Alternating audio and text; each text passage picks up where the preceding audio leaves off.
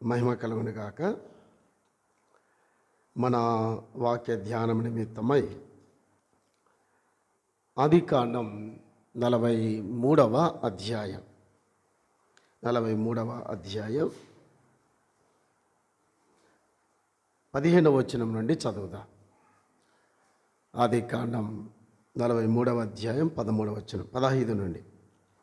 ఆ మనుషులు ఆ కానుకను తీసుకొని చేతులలో రెట్టింపు రూకలను తమ వెంట బెన్యామీనును తీసుకొని లేచి ఐగుప్తునకు వెళ్ళి యోసేపు ఎదుట నిలిచిరి. యోసేపు వారితో నున్న బెన్యామీనును చూచి తన గృహ నిర్వాహకునితో, ఈ మనుషులను ఇంటికి తీసుకొని పోయి ఒక వేటను కోసి వంట సిద్ధము చేయించుము. మధ్యాహ్నమందు ఈ మనుష్యులు నాతో భోజనము చేయుదురని చెప్పాను. యోసేపు చెప్పినట్లు అతడు చేసి ఆ మనుషులను యోసేపు ఇంటికి తీసుకొని పోయాను. ఆ మనుషులు యోసేపు ఇంటికి రప్పింపబడినందున వారు భయపడి మొదట మన గోనెలో తిరిగి పెట్టబడిన రూకల నిమిత్తం అతడు మన మీదికి అకస్మాత్తుగా వచ్చి మీద పడి మనల్ని దాసులుగా చెరపెట్టి మన గాడిదలను తీసుకున్నటకు లోపలికి తెప్పించననుకొనిరి. అలాగే 23వ వచనం. అందుకు అతడు, మీకు క్షేమమును గాక, భయపడకుడి, మీ పితరుల దేవుడైన మీ దేవుడు మీకు మీ గోధుమలలో భూమినిచ్చాను, మీ రూకలు నాకు ముట్టినవని చెప్పి సిమ్యోనును వారి ఎద్దకు తీసుకొని వచ్చాను. ఇక చివరిగా 43వ అధ్యాయం 34వ వచనం. మరియు అతడు తన ఎదుట నుండి వారికి వంతులెత్తి పంపాను. బెన్యామీను వంతు వారందరి వంతుల కంటే 5 వంతుల గొప్పది.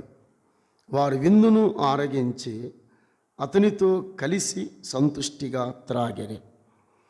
చదవబడిన లేఖన భాగాన్ని దేవుడు మన యొక్క వినికిడిలో దీవించి ఆశీర్వదించునుగాక. చిన్న ప్రార్థన చేసుకో, కళ్ళు మూసుకొని. దయాళుడైన మా తండ్రి, మీకు స్తోత్రాలు. చదవబడిన లేఖన భాగాన్ని దీవించి ఆశీర్వదించండి, మాతో మాట్లాడండి. మా మధ్య మీ కుమారుడైన యేసుక్రీస్తుని ఘనపరచుమని, హెచ్చించమని స్థలో ప్రార్థన చేస్తున్నాం.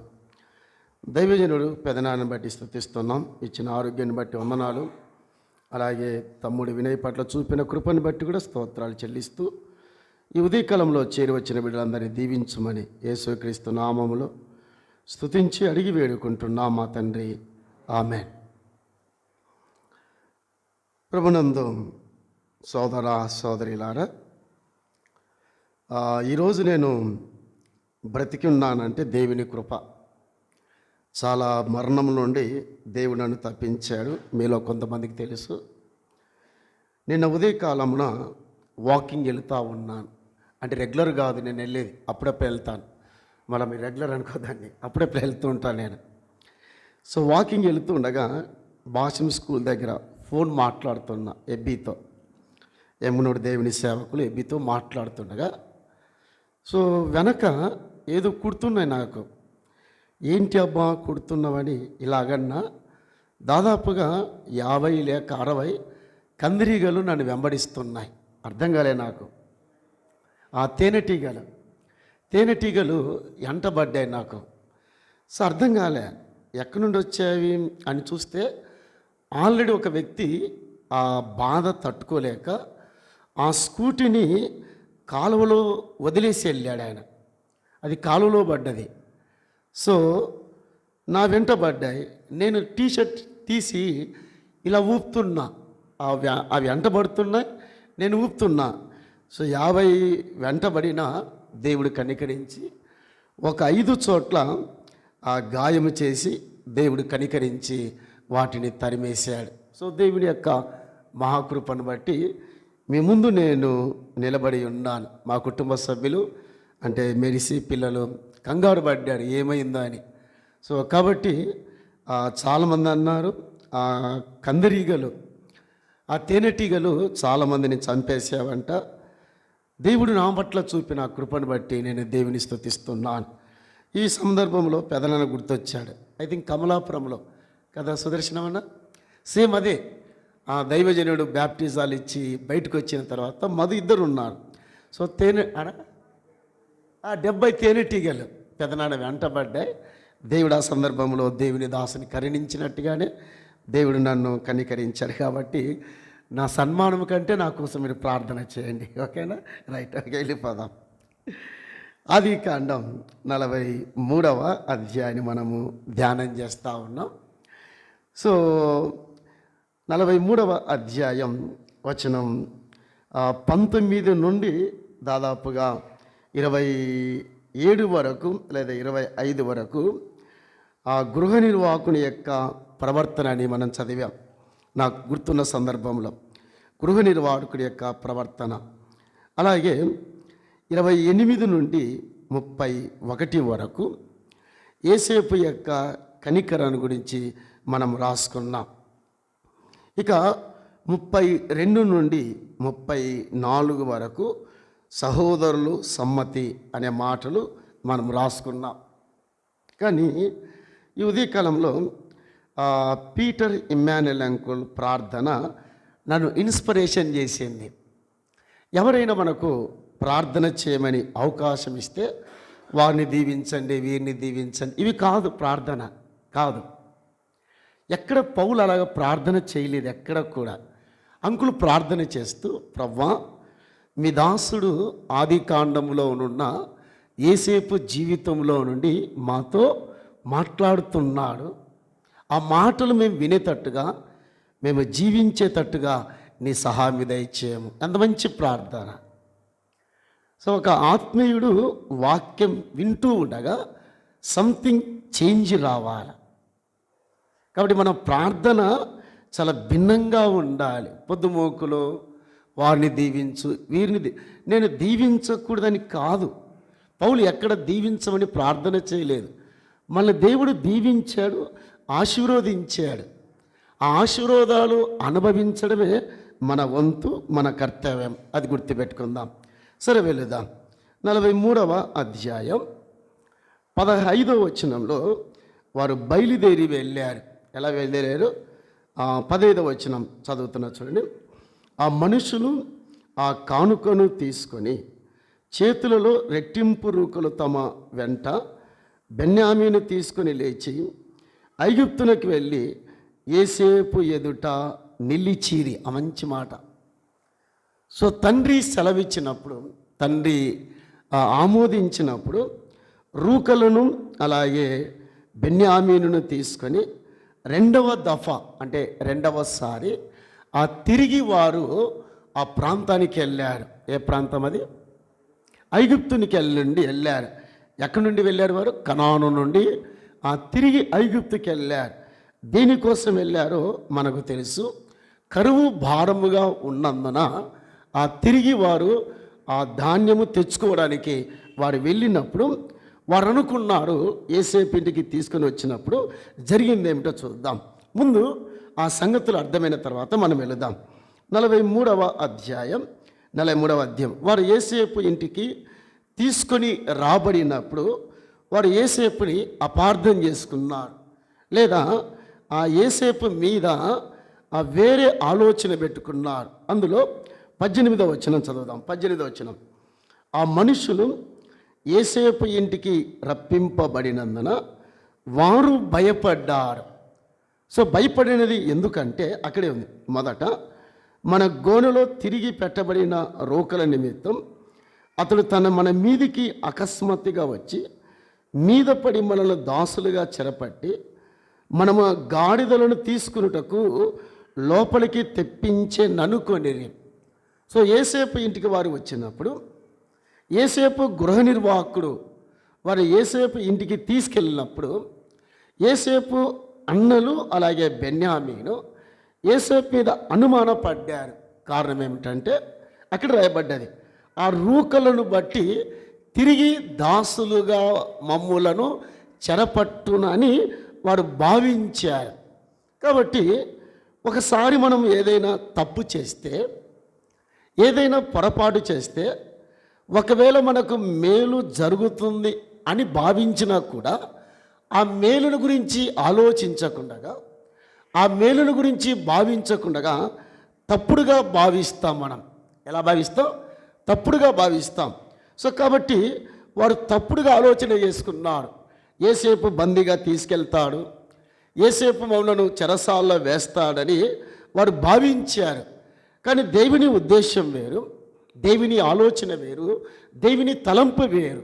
కాబట్టి మనము కూడా కొన్నిసార్లు యోబు భార్య వలె ప్రవర్తిస్తాం. ఏదైనా చిన్న అపాయం వచ్చినప్పుడు, ఇబ్బంది వచ్చినప్పుడు ఆవిడ గారు ఇచ్చిన సమాధానం చూడండి. యేసేపు సహోదరులు యేసేపు మీద అపార్థం చేసుకున్నారు. యోబు గ్రంథం 2వ అధ్యాయం. యోబు గ్రంథం 2వ అధ్యాయం.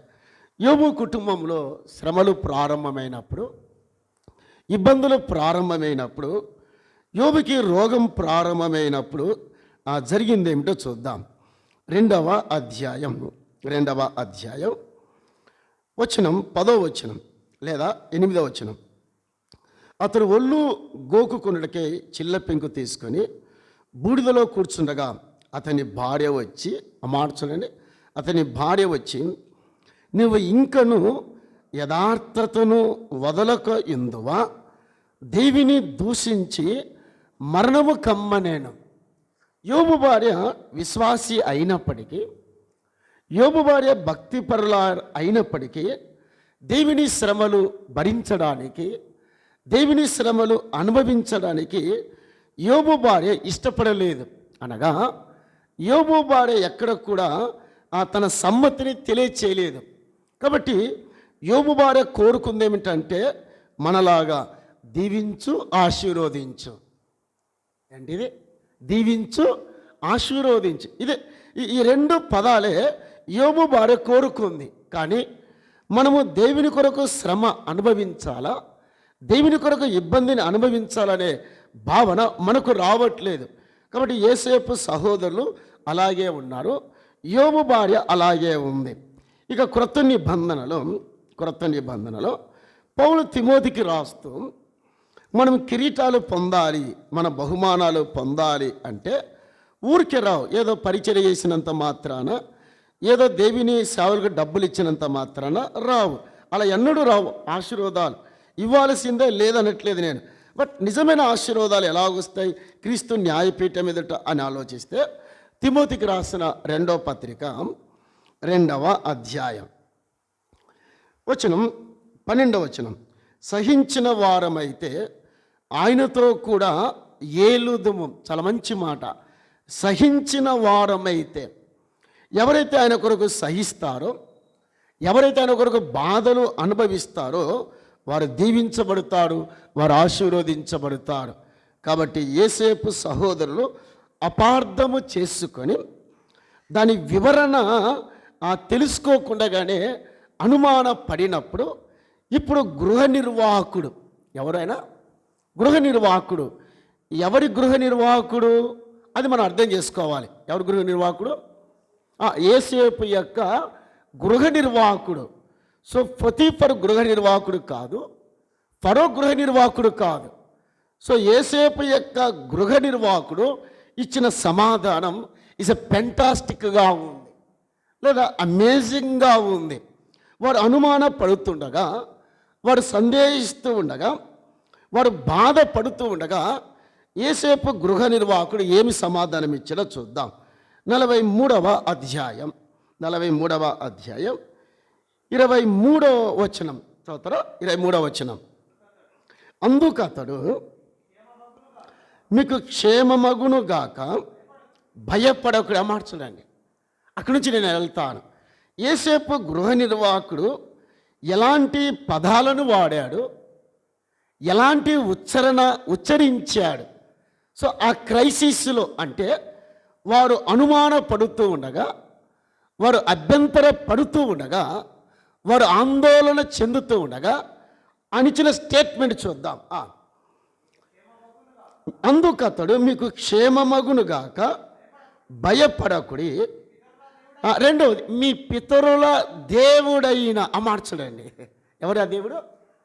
మీ పితరుల దేవుడు. ఏ దేవుడు? అబ్రహాము దేవుడు, ఇస్సాకు దేవుడు, యాకోబు దేవుడు. ఏ దేవుడు? యాకోబు దేవుడు. ఈ పదము చెప్పింది ఎవరు?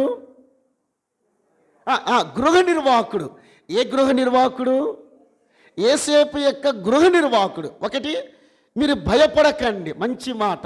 సో ఆందోళన చెందుతున్నవారు, దిగులు పడుతున్నవారు, అనుమానాస్పదంగా ఉన్నవారికి మీరు భయపడకండి, ఫియర్ నాట్ అని చెప్పాడు. రెండవది, మీ దేవుడైన అన్నమాట. చదవమల్లా, మీ పితరుల దేవుడైన మీ దేవుడు. మళ్ళీ చూడండి, మీ పితరుల దేవుడు. రెండవది, మీ దేవుడు. అంటే అమేజింగ్ బ్రదర్. ఒక విశ్వాసి ఆత్మీయంగా అభివృద్ధి నొందుతున్నాడు అంటే అతని ప్రార్థనే డిఫరెంట్గా ఉంటుంది, అతని స్థుతులే డిఫరెంట్గా ఉంటుంది. అది విశ్వాసైనా విశ్వాసురాలైనా ఇది డిఫరెంట్గా ఉంటుంది. రైట్? మన విశ్వాసం ఎలాగుందంటే 30 ఏళ్ళ రక్షింపబడ్డాము, కానీ మన విశ్వాసం ఎక్కడేసిన గొంగలి అక్కడే ఉంది. ఎక్కడేసిన గొంగలి అలాగే పడిపోయింది. బట్ గృహ నిర్వాహకుడు ఆ పలికిన పదాలు ఎలాగుండో చూడండి. పెద్దలు ఒక మాట చెప్తారు, మనకు సామెతలు రావు కానీ, ఆ పాత చింతకాయ అంట. ఏ కాయ అంటే అర్థమైంది? నాకు అర్థం కాలేదు ఎప్పుడు అది. ఏనా పాత అంటే అర్థమైంది అది? మీరు చెప్పండి అండి. ఏనా కొంచెం పాత చింతకాయ ఎలా ఉంటుంది? మన స్థుతులు అలాగే ఉన్నాయి, మన ప్రార్థనలు అలాగే ఉన్నాయి, మన విజ్ఞాపనలు అలాగే ఉన్నాయి.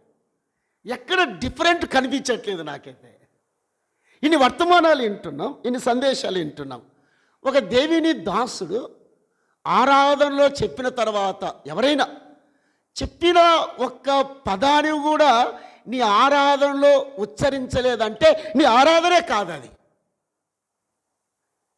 నీ ఆరాధనే కాదది.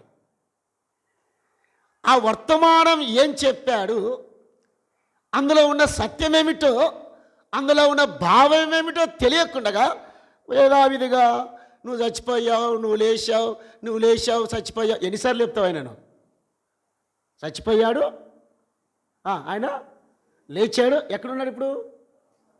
ఎక్కడున్నాడు ఆయన? నిత్యత్వంలో ఉన్నాడు ఆయన. ఒక ఆయన సున్నిపెంటలో జడ్డాపులే అన్నాడు, యేసు ప్రభుని 30 సార్లు చంపుతాడు, 30 సార్లు చెప్తాడు ఆయన. మన స్థుతులు డిఫరెంట్గా ఉండాలి. సో ఈ వ్యక్తి ఎలా మాట్లాడాడు చూడండి. ఫియర్ నాట్, భయపడకండి, మీ పితరుల దేవుడు మీ దేవుడు. రైట్, మళ్ళీ వెళుదాం. నేను దాన్ని చెప్పకముందు ఆయన ప్రవర్తన. సో ఆ స్టీవర్డ్షిప్ యొక్క యాటిట్యూడ్, గృహ నిర్వాహకుని యొక్క ప్రవర్తన, ఆ ప్రవర్తన ఎలాగ మార్పు చెందిందో చూస్తున్నాం మనం. రైట్, చదువునేనా. అందుకతడు మీకు క్షేమమగును గాక, భయపడకుడి, మీ పితరుల దేవుడు అయిన మీ దేవుడు మీ గోనెలో ధనమిచ్చెను, మీ రూకలు నాకు ముట్టెనని చెప్పి సిమ్యోనును వారి యొద్దకు తీసుకొని వచ్చాను. సిమ్యోనును రెస్టోరేషన్, సో పునరుద్ధరణ తిరిగి జరిగింది. సో జైల్లో ఉన్న సిమ్యోనుని సహోదరులతో కలిపాడు. సోదరులారా, ఈ ఉదయకాలంలో గృహ నిర్వాహకుని యొక్క ప్రవర్తించిన విధానం నన్ను ఆకట్టుకుంది, నా జీవితాన్ని ఉత్ప్రేరకము చేసింది. సో ఈ మాటలు పలికిన వ్యక్తి ఏ దేశస్థుడు? ఏ దేశస్థుడు? అందరు చెప్పండి, ఏ దేశం? ఇక్కడే ఉన్నారు కదా మీరు. ఏ దేశస్థుడు? సో ఐగుప్తు దేశస్థుడు. జస్ట్ అక్కడ ఆగుదాం, అక్కడే నిలబడదాం. ఐగుప్తు దేశస్థులు దేవుడైన యెహోవాను గురించి వారికి తెలియదు వారికి. ఆ దేవుడు ఎవరో, వారి పితరుల దేవుడు ఎవరో, లేదా ఆ 12 మంది సహోదరుల దేవుడు ఎవరో ఐగుప్తీయులకు తెలియదు. వారు ఆ దేవుని గురించి విన్నవారు కాదు, ఆ దేవుని ఆరాధించేవారు కాదు, ఆ దేవుని సేవించేవారు కాదు. పైగా ఐగుప్తుల యొక్క ప్రజలు ఆరాధించేది ఏమిటంటే మొసళ్ళను ఆరాధిస్తారు. వారు ఏం ఆరాధిస్తారు? మొసళ్ళను ఆరాధిస్తారు, కప్పలను ఆరాధిస్తారు. ఇక పాములను ఆరాధించేవారు. సో ఒక రకంగా చెప్పాలంటే లోకములో కనబడిన జంతువులను ఐగుప్తులు ఆరాధించేవారు, ఐగుప్తులు సేవించేవారు. అలాగే అయితే అలాంటి వ్యక్తి, విగ్రహారాధికుడైన వ్యక్తి, ఇతర దేవతలను పూజించే వ్యక్తి ఎలాంటి మాటలు పలికాడు? ఇది ఆశ్చర్యం కాదా? ఇది నిస్సందేహముగా ఆలోచిస్తే మన హృదయాన్ని తాకే మాట కాదా? సో 4 మాటలు. మీకు క్షేమమగునుగాక. రెండవది భయపడకుడి అన్నాడు. మూడవది మీ పితరుల దేవుడు అన్నాడు, మీ దేవుడు. ఈ మాటలు ఎక్కడి నుండి నేర్చుకున్నాడు ఈ గృహ నిర్వాహకుడు? అక్కడ ఆగుదాం. ఎక్కడి నుండి సంపాదించాడు? అలాగైతే యోసేపు అని మీరు అన్నారు. యోసేపు దగ్గర ఏం నేర్చుకున్నాడు? చెప్పండి, మీరు చెప్పండి. ఏం నేర్చుకున్నాడు? అలాగైతే చిన్న మాటకి వెళుతాను. ఈ 43వ అధ్యాయం 24వ వచనం నుండి యోసేపు జీవితం ముగ్గురిని ప్రభావితం చేసింది. What a tremendous, what a amazing. ముగ్గురిని ప్రభావితం చేయగలిగింది. యోసేపు పరాయి దేశానికి అమ్మివేయబడ్డాడు. యోసేపు పరాయి దేశంలోనికి బహిష్కృతుడయ్యాడు. అయినప్పటికీ యోసేపు యొక్క భక్తి జీవితం, వినండి, యోసేపు యొక్క భక్తి జీవితం, యోసేపు యొక్క ఆత్మీయ జీవితం వీరు నిశితంగా పరిశీలించారు. బ్రదర్, సిస్టర్, యోసేపు గృహ నిర్వాహకుడు యోసేపు ఎలాగా ఉన్నాడో డేగ కళ్ళతో పరిశీలిస్తున్నాడు.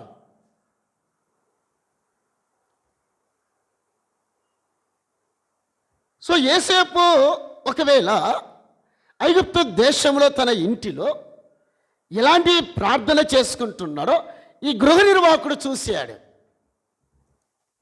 యోసేపు నోట నుండి ఏ మాటలు వస్తున్నావో గృహ నిర్వాహకుడు వినగలిగాడు. యోసేపు ఎవరి గురించి సంభాషిస్తున్నాడో గృహ నిర్వాహకుడు వినగలిగాడు.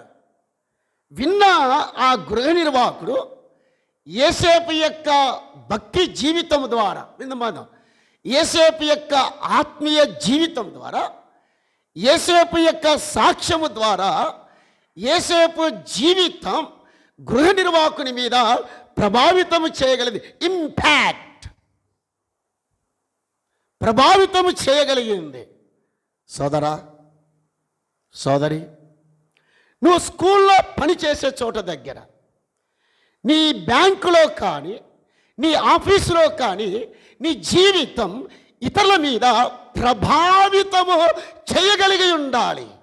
ఉందా? ఉందా?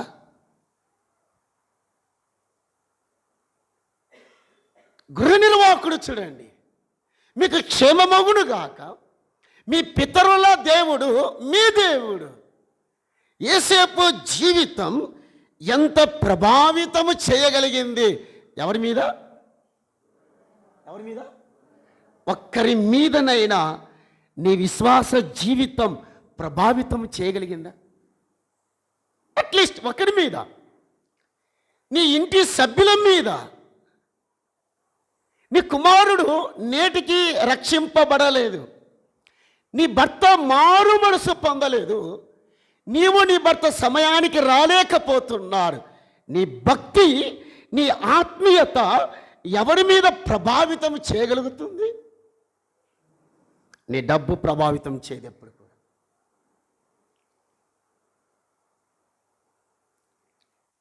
యోసేపు ఎంత ప్రభావితం చేశాడండి? ఒక మొసళ్ళను ఆరాధించే వ్యక్తి, కప్పలను ఆరాధించే వ్యక్తి, ఈగలను ఆరాధించే వ్యక్తి తన పితరుడైన దేవుడైన యెహోవాను గురించి మాట్లాడుతున్నాడు. ఎంత ఆశ్చర్యం! చిన్న మాటకి వెళ్దాం. కొత్త నిబంధనలో కానీ పాత నిబంధనలో కానీ వారు ఎలా ప్రభావితం చేయగలిగారో చూడండి. రెండవ రాజుల గ్రంథం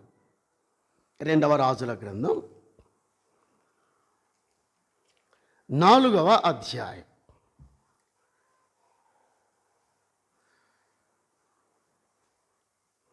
రెండవ రాజుల గ్రంథం 4వ అధ్యాయం. చిన్న మాట సారీ, వచనం చెప్పి నేను వెళ్ళిపోతాను. రెండవ రాజుల గ్రంథం 4వ అధ్యాయం వచనం 9వ వచనం. కాగా ఆమె తన పెనిమిటిని చూచి మన యొద్దకు వచ్చుచూ పోచున్నవాడు. ఆహా, ఏ దైవజనుడు! ఎంత మంచి మాట, ఇంగ్లీష్లో బాగుంది. The Holi man of God అనేది పరిశుద్ధ దైవజనుడు అంట ఆయన. ఏ దైవజనుడు?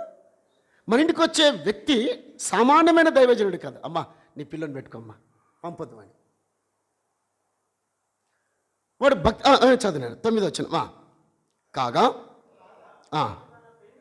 పెనిమిటిని చూచి మన యొద్దకు వచ్చుచూ పోచున్నవాడు భక్తిగల దైవజనుడని నేను ఎరుగుదును. కావున మనము అతనికి గోడ మీద ఒక చిన్న గదిని కట్టించి అందులో అతని కొరకు మంచము, బల్ల, పీట, దీపస్తంభమును ఉంచుదుము. ఉంచుదుము. అతడు మన యొద్దకు వచ్చినప్పుడల్లా అందులో బస చేయవచ్చునని చెప్పాను. సో ఎలీషా జీవితం ఎంత ప్రభావితాన్ని చూపింది ఆ ఇంటి మీద. తమ్ముడు, ఇన్ని ఏళ్ళు బైబిల్ స్టడీకి వస్తున్నా, విజ్ఞాపనకు వస్తున్నా, ఆరాధనకు వస్తున్నా. వి నీడ్ బ్రదర్, మన జీవితం ఇతరుల మీద ప్రభావితాన్ని చూపించాలి. నీ ఆఫీసులో ఎక్కడైనా సరే, wherever you are working, at that place your spiritual life would be impacted upon others. నీ ఆత్మ సంబంధమైన జీవితం ఇతరుల మీద ప్రభావితాన్ని చూపించాలి. వారు ప్రభు దగ్గరికి రాగలిగాల, వారు ప్రభునందు విశ్వసించగలిగాల, వారు ప్రభుని అంగీకరించగలగాల.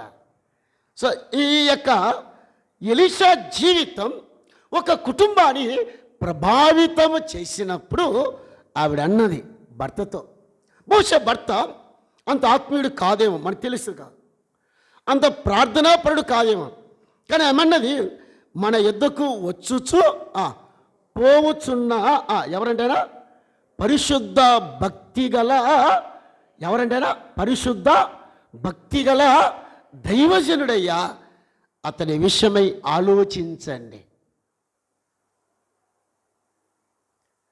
అతని అవసరతలు ఆలోచించండి. ఇక చాలు. ఇదే రెండవ రాజుల గ్రంథం 5వ అధ్యాయం 3వ వచనం. 5:3. అది సోమ్రోనులోనున్న ప్రవక్త దగ్గర నా ఏలినవాడు ఉండవలనని నేను ఎంతో కోరుచున్నా. ఒక చిన్నది, ఎంత వయసు ఉంటుందండి? చిన్నదని ఎంత వయసు ఉంటుంది చెప్పండి, మీరు చెప్పండి, ఎంత ఉంటుంది వయసు? 10 లోపల. నేను ఐ ఎక్స్పెక్ట్ 10 సంవత్సరాల లోపల అమ్మాయి. అమ్మా మీరు ఎందుకు చాలా ఏడుస్తున్నారు, చాలా కన్నీరు గారుస్తున్నారు, బాధపడుతున్నారేంటి? సో ఆ అమ్మాయి తన జీవితాన్ని ఎలాగ ప్రభావితం చేస్తుంది చూడండి. అమ్మా, మా ఊరిలో ఒక దేవుని దాసుడున్నాడు. ఎవరున్నారు? ఈ రోగాన్ని బాగు చేసేవాడు ఉన్నాడు. I know. ఎలీషాని ఎప్పుడు దగ్గరికి వెళ్ళేది అమ్మాయి. విన్నానా? ఎలీషా దగ్గరికి వెళ్ళలేదు, ఎలీషాతో సహవాసం చేయలేదు. బట్ ఈ అమ్మాయి యెరూషలేము నుండి తీసుకుని రాబడ్డది. అమ్మా ఒక్క మాట, నా చిన్న మనవి వింటావా? నీ భర్త బాగుపడాలంటే, మీరు యథావిధిగా కలిసి ప్రయాణం చేయాలంటే, కలిసి మాట్లాడాలంటే నా మాట విను. సోమ్రోనులో ఉన్న నా దాసు లేదా నా యజమానుని యొద్దకు లేదా సేవకుడి యొద్దకు నా యజమానుడు వెళ్ళాలా. ఆ చిన్నది ఒక ఇంటిని ప్రభావితం చేసింది. ఎవరినండి? ఎవరినైనా? సిరియా సైన్యాధిపతి అయిన నయమాను జీవితాన్ని ఎవరు ప్రభావితం చేశారు? ఇశ్రాయేలులో యవనస్తులారా మీకు ఒక ప్రశ్న ఇస్తున్నా. అమ్మాయిలారా మీకు ఒక ప్రశ్న. మీ కాలేజీలో మీరు ఎంతమందిని ప్రభావితం చేయగలిగారు? ఒక్కరినైనా కనీసం నీ ఫ్రెండు నీ ప్రవర్తనను బట్టి, నీ ఆలోచన విధానాన్ని బట్టి యేసుక్రీస్తులోకి వచ్చాడా? నీ కొలీగ్, నీతో కలిసి పనిచేసే వ్యక్తి, నీతో కలిసి ఎప్పుడూ సంగతులు పంచుకునే వ్యక్తి, ఆ వ్యక్తి మీద నీ జీవితం ప్రభావితం చేసిందా? చిన్న ప్రశ్న అడుగుదనా? నీ భార్య మీద నీ జీవితం ప్రభావితం చేయాలి. నీ భర్త మీద నీ జీవితం ప్రభావితం చేయాలి. యోసేపు ప్రభావితం చేశాడు. ఎవరి మీద? ఎవరి మీద? సో పలికిన పలుకులు చూడండి. మీకు క్షేమమగును గాక, మీరు భయపడకండి, మీ పితరుల దేవుడు మీ దేవుడు. యోసేపు భక్తి విధానం, యోసేపు యొక్క ఆత్మీయత, యోసేపు యొక్క పరిశుద్ధత, యోసేపు యొక్క నమ్మకత్వం, యోసేపు యొక్క సాక్ష్యం అనేకుల మీద ప్రభావితం చేయగలిగింది. ఓ సోదరా సోదరులారా, ఏదో నలుగురిలో నారాయణని మీరు వస్తున్నారు కాదు సోదరులారా. ఇన్ని ఏళ్ళు క్రిస్టియన్ అసెంబ్లీ మాదివిన వరకు వస్తున్నారు, ప్రభావితం చేస్తున్నారు ఇతరుల మీద. ఒక్కరి మీదనైనా మీ జీవితం ఇతరులని ప్రభు దగ్గరికి నడిపించగలిగినప్పుడే అది శ్రేయస్కరం, అది ఆశీర్వాదకరం. సో సమూయేలు గ్రంథంలో అలాగనే ఉన్నారు, రాజుల గ్రంథంలో అలాగే ఉన్నారు. తిరిగి మళ్ళీ వెళ్ళిపోదాం, ఆది కాండానికి వెళదాం. ఆది కాండం 43వ అధ్యాయం, 43వ అధ్యాయం తిరిగి 23వ వచనం. అందుకు అతడు, మీకు క్షేమమగును గాక, భయపడకుడి, మీ పితరుల దేవుడైన మీ దేవుడు మీకు మీ గోనెలో ధనమిచ్చాను. రాయ్. ఒకటి, గృహ నిర్వాహకుని మీద యోసేపు జీవితం ప్రభావితం చేసింది. రెండవదిగా ఇదే ఆది కాండములో మనం చూస్తే కంబ్యాక్ 41వ అధ్యాయం, 41వ అధ్యాయం 41వ అధ్యాయం 45వ వచనం, 45వ వచనం.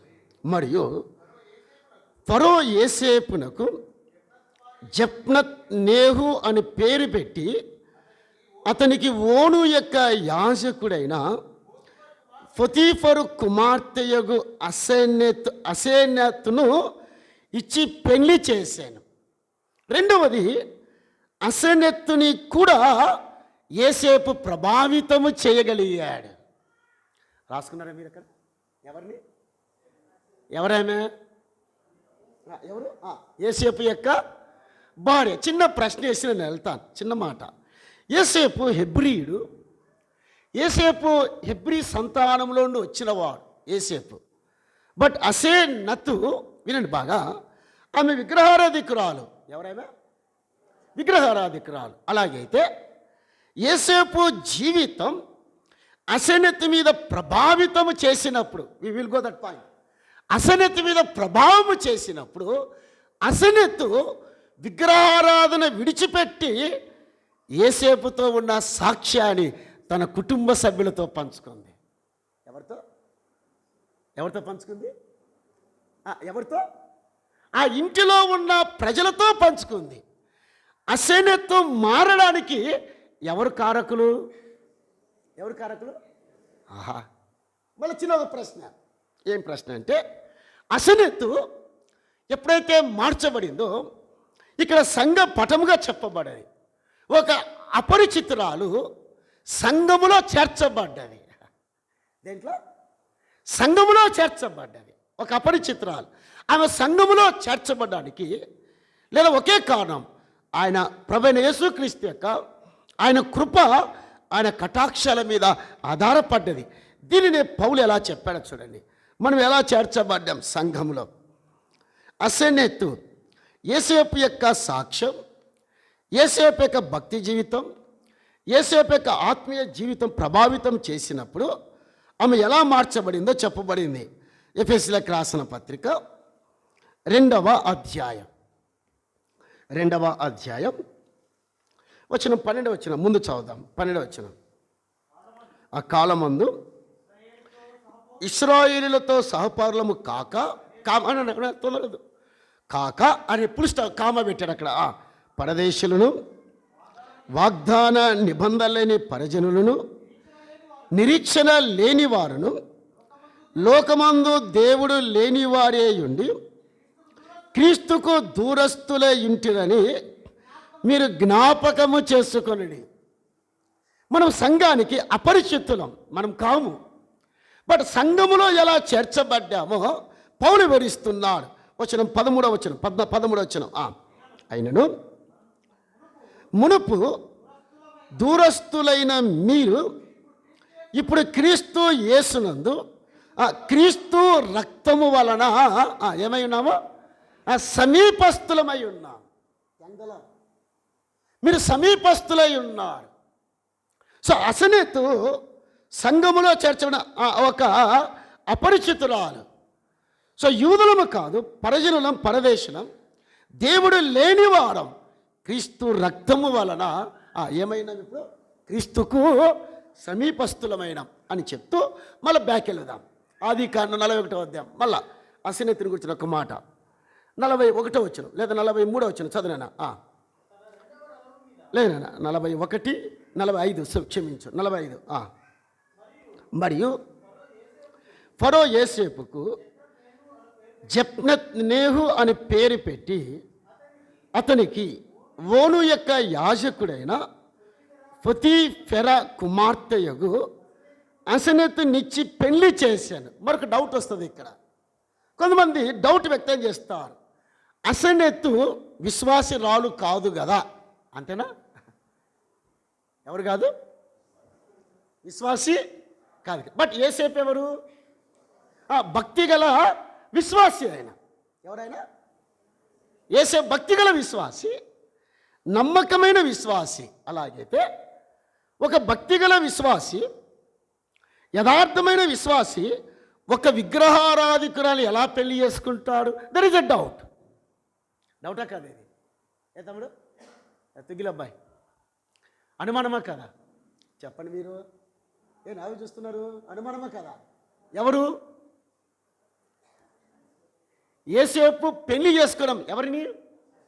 అసనెతుని పెళ్లి చేసుకోవడం. కానీ ఆమె ఎవరి కుమార్తె? ఎవరి కుమార్తె? యాజకుడైన పొతీఫరు కుమారుడు, పొతీఫెరా. ఎవరి కుమార్తె? యాజకుడైన పొతీఫెర కుమార్తె. అలాగైతే బైబుల్ కాంటెస్ట్ చదువుతూ ఉండగా, సో నిర్గమాకాండం 2వ అధ్యాయంలో మిద్యాను దేశస్థుడైన ఇత్రో దొరికింది మీకు? ఎవరైనా? ఇత్రో కూడా ఎవరు? యాజకుడైన ఎవరైనా అన్య దేశస్థుడైనప్పటికీ యాజకుడిగా పిలువబడ్డాడు. కానీ పొతీఫరా యాజకుడైన అన్యజన యాజకుడిగా పిలువబడలేదు. పొతీఫరా కానీ ఇత్రో ఎలా పిలువబడ్డాడు?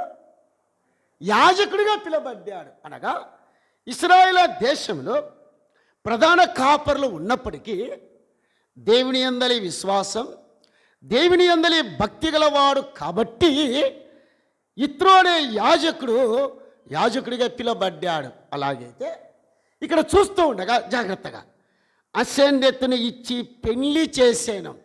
ఎవరు పెళ్లి చేశారు? ఎవరు? చూడండి, మళ్ళీ అక్కడ చూడండి. మీరు బైబిల్ బాగా చదవాలా. మీరు ఎక్కడ ఉంటే అర్థం కాదు ఇది. మీరు ఇంటి దగ్గర ఉంటే ఏం అర్థం కాదు ఇది. అర్థమైందా? మీరు రాకపోయినా పర్లేదు, వచ్చి వాక్యం వినాలా, బయట వెళ్ళి డిస్కస్ చేయాలా. ఏం చెప్పాడు, ఏం ధ్యానించామని. రైట్. 45వ వచనం. మరియు ఫరో యోసేపునకు జప్నెత్-నేహు అని పేరు పెట్టి అతనికి ఓను యొక్క యాజకుడైన పొతీఫరు కుమార్తెయగు అసనెతునిచ్చి పెళ్లి చేశాను. ఎవరు పెళ్లి చేసింది? మీడియేటర్ పెళ్లి చేశాడు. మీడియేటర్ ఎవరు? ఫరో పెళ్లి చేశాడు. తమ్ముడు బాగా విన్నానా? సో ఫరోకి ఏమి సందర్భం ఇక్కడ అండి? కాబట్టి బాగా వినండి. ఈ పెళ్ళిళ్ళ పేరయ్యలు ఉంటారు, తెలుసా మీకు? ఎవరిలు పెళ్ళిళ్ళ పేరయ్యలు ఏం చేస్తారు? వాళ్ళు సంబంధాలు తెస్తారు. ఏముంది లెక్క, ఎవరిని చేసుకుంటే ఏముందిలే అంటారు. రక్షింపబడిన తర్వాత నీ అల్లుడు మారు మనసు పొందుతాడులే, రక్షింపబడిన తర్వాత నీ కోడలు మారు మనసు పొందుతాదులే కానివ్వంటారు. ఎవరు వీళ్ళు? ఎవరండి? ఎవరు వీళ్ళు? జాగ్రత్త. నీ పిల్లలకు వివాహాలు కావాలంటే ద డివైన్ కౌన్సిలర్, దైవ దర్శనం, దైవ చిత్తం ఎరిగిన వ్యక్తితో సంప్రదించండి. పేరైలు కాదు. బాగుందిలే అక్కగారి సంబంధం, అబ్బాయికి ఉద్యోగం ఉందిలే, అబ్బాయికి ఆస్తి ఉందిలే, మరి వాడు రక్షింపబడ్డాడా? లేదులే, మా కూతురు నడిపిస్తుందిలే. మీ కూతురు పోతాడు, మీ అల్లుడు పోతాడు, అంతేగా. మీ కోడలు పోతుంది, మీ కొడుకు పోతాడు, అంతేగా. అంతే నేను చెప్పేది. బైబిల్ ఏం చెప్తుంది? ఫరో ఎలాగిచ్చాడు, ఎలా చేశాడు ఇది? హౌ హీ కుడ్ డన్, లేదా హౌ హీ వుడ్ డన్, ఎలా చేశాడు ఫరో? ఫరోకే సంబంధం. సో ఫరోకి ఏమి ఇక్కడ నిమిత్తం? సో ఫరో ఆలోచించింది ఏమిటంటే, భక్తిగల యోసేపు, ఆత్మీయుడైన యోసేపు, లేదా పరిశుద్ధుడైన యోసేపు జీవితం సో ఫరో మీద ప్రభావితాన్ని చేసింది. ఎవరి మీద? ఆయనే చెప్పాడు. చూడు ఎలా చెప్పాడు, చూడండి. కంబ్యాక్ 41వ అధ్యాయం, 41వ అధ్యాయం, అక్కడే 41వ అధ్యాయం 38వ వచనం. ఫరో పలుకుతున్న మాటలు. అతడు తన సేవకులను చూచి ఇతని వాళ్ళే ఆ మాట చూడండి, అండర్లైన్. సో యోసేపు జీవితం ఫరో మీద ఎంత ప్రభావితాన్ని చేసింది, ఫరోని ఎలా త్రిప్పివేసింది. ఒక విగ్రహారాధికుడు ఫరో, మొసలను ఆరాధించేవాడు, కప్పలను ఆరాధించేవాడు, పాములను ఆరాధించే వ్యక్తి యోసేపు చెప్పిన మాటలు అతని మీద ప్రభావితము చేసినప్పుడు, ఫరో ప్రభావితులైనప్పుడు ఆయన పలికిన మాట చదివేనా? ఏ ఆత్మ యోసేపులో ఏ ఆత్మ ఉంది? పెళ్ళిళ్ళ పేరయ్యలో దేవుని ఆత్మ ఉండదు. ఏముండదు వారిలో? ఏ ఆత్మ? దేవుని ఆత్మగల మనుషులతో సంప్రదించాలా ప్రియ తల్లిదండ్రులారా. Then only your marriage will be prosper. మీ వివాహాలు, వైవాహిక జీవితాలు, అమ్మాయిలారా అబ్బాయిలారా, నేను చెప్పేది ఒకటే. మీ వివాహంలో అసలు మీరు దైవ చిత్తాన్ని తెలుసుకొని మీ వ్యక్తిగతంగా ప్రార్థన చేసి ప్రభు సన్నిధిలో కనిపెట్టి హృదయంలో నెమ్మది సమాధానాన్ని పొందినప్పుడు, ఒకవేళ ఆ వ్యక్తి ధనికుడు కాకపోయినా, కారు లేకపోయినా, డబ్బు లేకపోయినా దేవుడిచ్చే విశ్వాసిని చేసుకోవాలి. నేను అప్పుడే ఆశీర్వదించబడతా, అప్పుడే దీవించబడతా. పొరపాటు చేశావా, ఆకులు రాలిన తర్వాత ఎన్ని కుటుంబాల్లో నెమ్మది లేదు, ఎన్ని కుటుంబాల్లో ప్రశాంతత లేదు. సో ఫరో జీవితాన్ని యోసేపు ఎంత ప్రభావితుడు చేశాడో అది ఎరిగినాడు. కాబట్టి యోసేపుకి ఏ భార్య అవసరమో ఎరిగి, ఎవరి కుమార్తె? మీకేం చలనం లేదు. ఎందుకంటే మనం ఏ పెళ్ళిళ్ళైనా చేస్తాం, ఏ పెళ్ళైనా మనం చేస్తాం. వాడు ప్రభు నమ్మకపోయినా ఉద్యోగం చేసుకో, అదేనా మనం ఇచ్చే సలహా అండి. ప్రార్థన చేద్దాం. Let us pray. అవును, మీ అమ్మాయి వయసు అయిపోయింది, మీ అబ్బాయి వయసు అయిపోయింది, so what, until the Lord's will. దైవ చిత్తం రివీల్ అయ్యేంత వరకు, దైవ చిత్తం బయలుపరిచేంత వరకు వెయిట్ అపాన్ ద లార్డ్, ప్రభు సన్నిధిలో కనిపెట్టుకుందాం. సో ఫరో ఎరిగి ఏ కుమార్తె, ఎవరి కుమార్తె?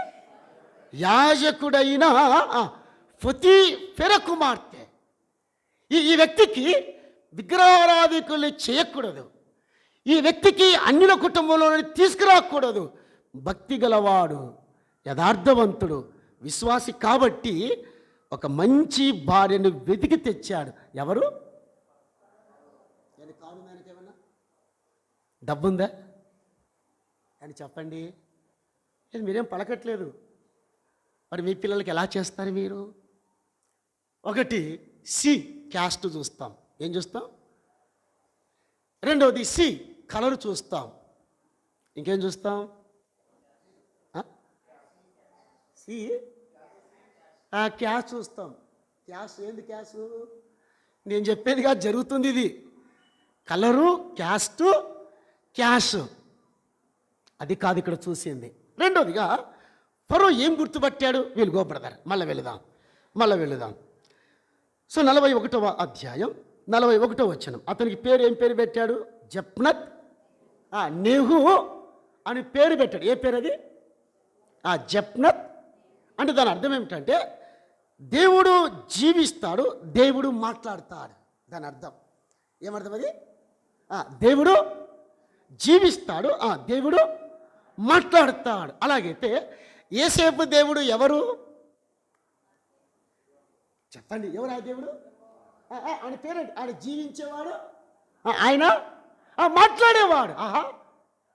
యేసేపు ఎలా పేరు పెట్టుకున్నాడు చూడ. ఆయన యేసేపు దేవుడు జీవించేవాడు, మాట్లాడేవాడు. కాబట్టి ఈ వ్యక్తికి ఎవరిని పెళ్లి చేయాలా? అమ్మా తల్లిదండ్రులారా, తలలు బుర్రలు పట్టుకుంటున్నారు. ఏం సంబంధాలు రావట్లేదండి.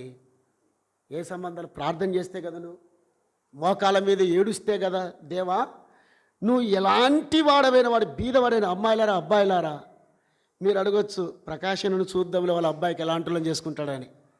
అది సవాల్తో కూడినదే, ఎవరికైనా సవాల్తో కూడినదే ఇది. లెట్ మీ సే, నా మ్యారేజ్ గురించి ఒక మాట నేను చెప్పి వెళ్తాను. మెర్సీ గారిని నేను చూసిన తర్వాత, చాలా దూరం ఉంది ఆ ఊరు, కర్నూలు దేవదానం అంకుల్. పెదనాయనతో ఒక మాట అన్నా, పెదనాయన చాలా దూరం ఉంది, నా వల్ల కాదన్నా. వరకే మాట అన్నాడు, ఇది దేవుని చిత్తం అన్నారు. ఎంఏ చదువుతుంది అమ్మాయి అప్పుడు.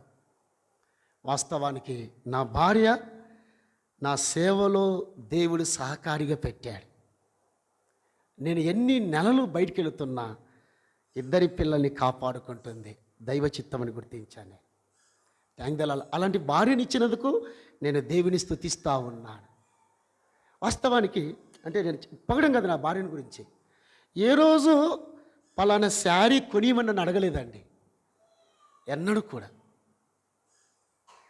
ఏదో మళ్ళీ మీరేమనుకోద్దా నేను పొగుడుతున్నానని, పొగిడే రకం కాదు నాది. చెప్తున్నా, దేవుడు మనకి ఎవరిని ఏర్పాటు చేశాడో ఎరిగి పెళ్లి చేసుకోవడం, ఎరిగి చేసుకోవడం. వీళ్ళే ఉన్నారు నా మ్యారేజ్లో. ఎందుకు సక్సెస్ కావట్లేదు చూడండి. జప్నత్ నేహు అంటే అర్థం ఏమిటి?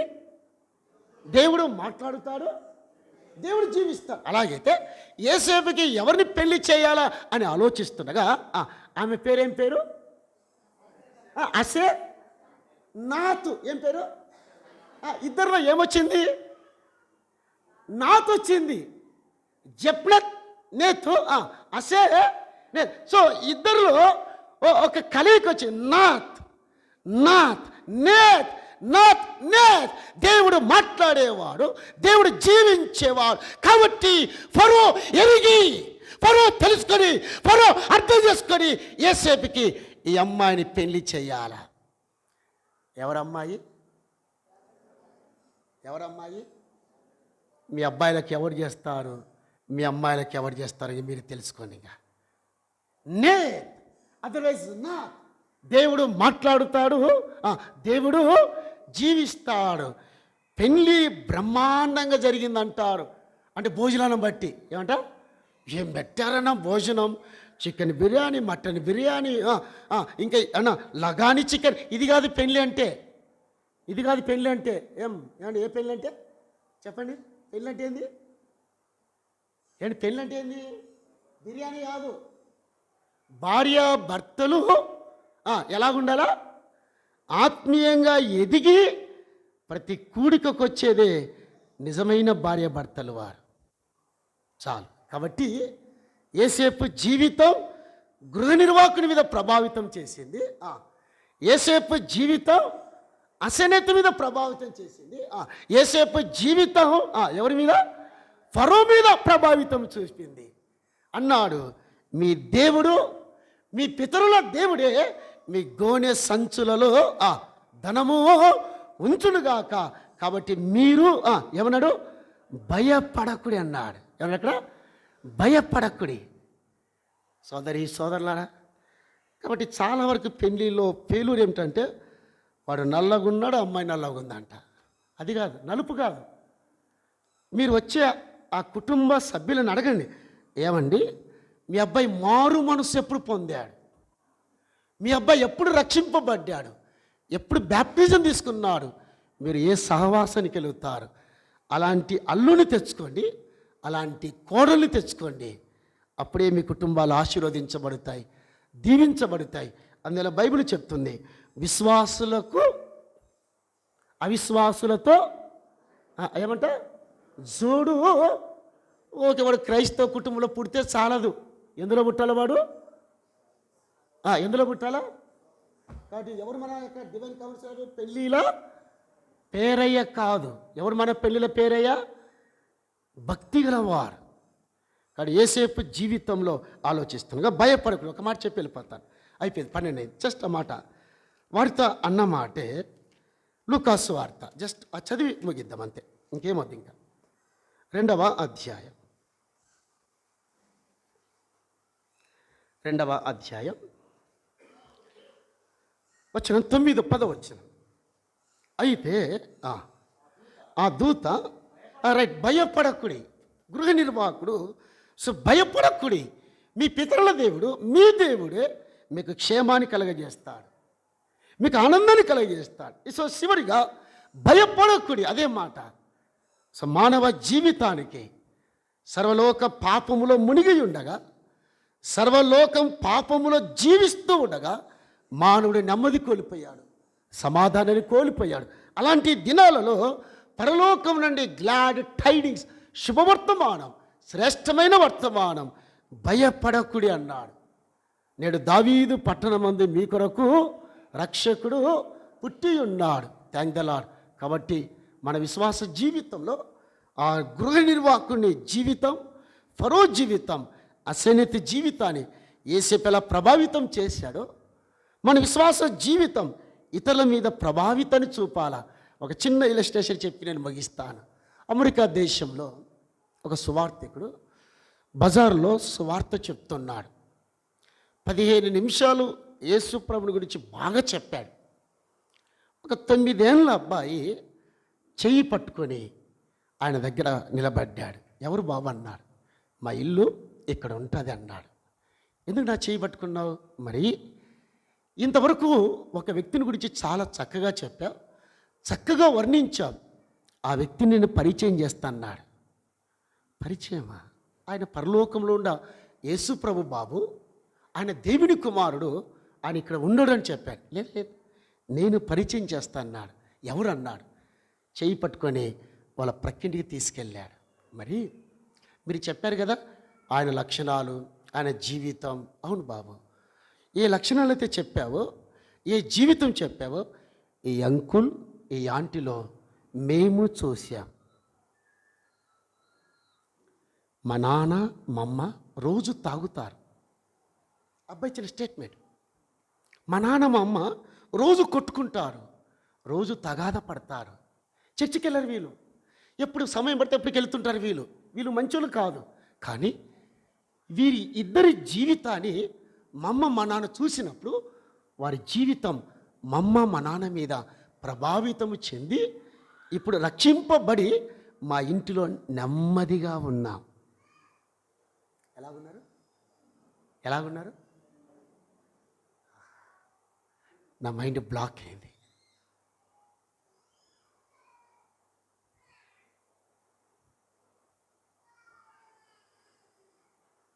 నీ జీవితం ఎవరి మీద ప్రభావితం చూపట్లేదు.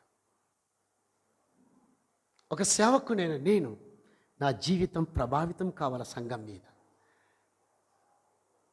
దెన్ ఓన్లీ ఈ వాక్యమే అప్పుడు ఫలిస్తుంది. మీ జీవితాలు ఎవరి మీద ప్రభావితం చేయట్లేదు. ఒక్కరికైనా స్వార్థ చెప్పావా? ఫరో యోసేపు నిలబడినప్పుడు యోసేపు ఫరోకు ఈ దేవుని బహిరంగంగా పరిచయం చేశాడు. నా దేవుడు, నా పితరుల దేవుడు యెహోవా, ఆయన భూమి ఆకాశాలు సృజించాడు, ఆయన రక్షకుడు అని చెప్పినప్పుడు యోసేపు మాటలు ఫరో గుండెను తాకినప్పుడు ఫరో నిజమైన దేవుని ఆరాధించాడు. ఏ దేవుని? నిజమైన దేవుని ఆరాధించాడు. కాబట్టి యోసేపుకు ఎవరిని పెళ్లి చేయాలో, ఎవరిని వివాహం అందించాలో ఎరిగి అసేనెతును యోసేపుకి ఇచ్చి ఏం చేశాడు? చెప్పండి, ఏం చేశాడు? ఎవరు చేసింది? యాకోబు చేయలే. ఎవరు చేశాడు? కాబట్టి మన పిల్లలకు పెళ్ళిళ్ళు కావాలి అంటే the most important divine counsellor. తెల్లగా కాదు. ఈ రిమానుల్ అంకుల్కి ఒకరు రాశాడంట, అంకుల్ నేను పెళ్లి చేసుకోవాలా, ఆమె లక్షణాలు చెప్పాడు. ఎత్తు 5 అడుగులు 4 ఉండాలా, పొడవాటి జుట్టు ఉండాలా, తెల్లగా ఉండాలని చెప్పాడంట. లిస్టు రాశాడు. అంకుల్ ఉత్తరం రాసి, అరే అబ్బాయి ఒక నాగుబాము అయితే నీకు బాగుంటుందిరా అన్నాడంట. ఏమిటంట? ఏ బాము? ఎట్టుంటుంది నాగుబాము? చాలా పొడువుగా ఉంటుంది, పడగలిపితే ఎట్టుంటుంది? అందంగా ఉంటుంది. అలాంటి వ్యక్తిని చేసుకున్నాడంట. ఒక విశ్వాసురాలైతే దేవా నీకు నమస్కరిస్తున్నాను, నీ చిత్తం ఏమిటో నాకు తెలియచేయి. ఆ దేవుడే బయలుపరుస్తాడు. ఒక మంచి ఆత్మీయుని నీ చేతిలో పెడతాడు. దేవుడు అటు కృప మనందరికీ దయచేయనుగాక. ప్రార్థన చేసుకుందాం.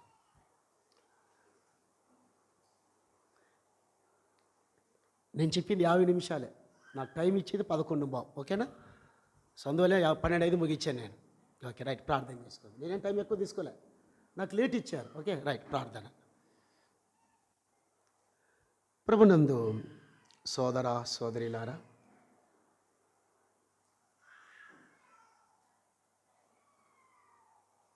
యోసేపు ఎంతమందిని ప్రభావితం చేశాడయ్యా! ఎంతమంది వ్యక్తుల మీద ప్రభావితం చేశారు.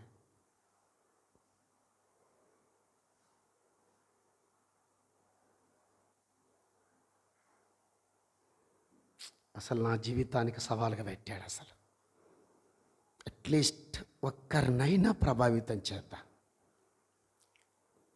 ప్రభువా, నువ్వు కోరుకునే విధానంలో ఒక అబ్బాయిని దయచేయి, ఒక అమ్మాయిని దయచేయి. నేను కోరుకుంది కాదు, నేను ఆశపడింది కాదు, నేను ఆశించింది కాదు.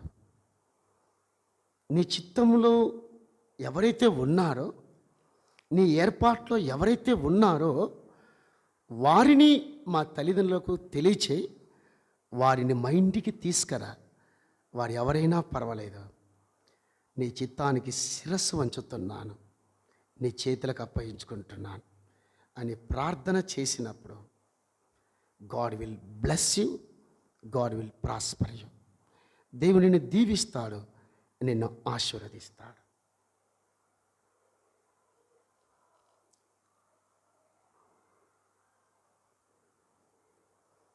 ఫరో ఎరిగి పెళ్లి చేశాడు, ఎరగకుండా కాదు. ఫరో జీవితం మీద యోసేపు ప్రభావితం చేసింది. కాబట్టి ఆలోచిద్దాం. దయాళుడైన మా తండ్రి, జీవాధిపతి అయిన దేవా, మీకు స్తోత్రాలు. మీ సంకల్పాలు, మీ ఆలోచనలు ఎంత గంభీరమైనవి, మా బుర్రకు అందట్లేదు, మా ఆలోచనలకు గ్రహింపు రావట్లేదు. ఆవేశపడతాం, తొందరపడతాం, ఆందోళన చెందుతాం, అనవసరంగా మాట్లాడతాం. నీ చిత్తానికి శిరస్సు వంచి నీ చిత్తానికి అప్పగించుకున్నప్పుడు యేసేపు ఎంతగా వర్ధిల్లాడు, యేసేపు ఎంతమందిని ప్రభావితం చేయగలిగాడు. మా ప్రియ ప్రభువా, అలాంటి బ్రతుకు దయచేయి, అలాంటి రోషము దయచేయి, అలాంటి జీవితాన్ని మాకు దయచేయి. నీకోసం మేము నమ్మకంగా జీవించే భాగ్య దయచేయమని, చేరువచ్చిన బిడ్డలను ఆశీర్వదించమని యేసుక్రీస్తు నామములో స్తుతించి అడిగి వేడుకుంటున్నామా తండ్రి. ఆమెన్. అందరికీ వందనాలు. సెలవు.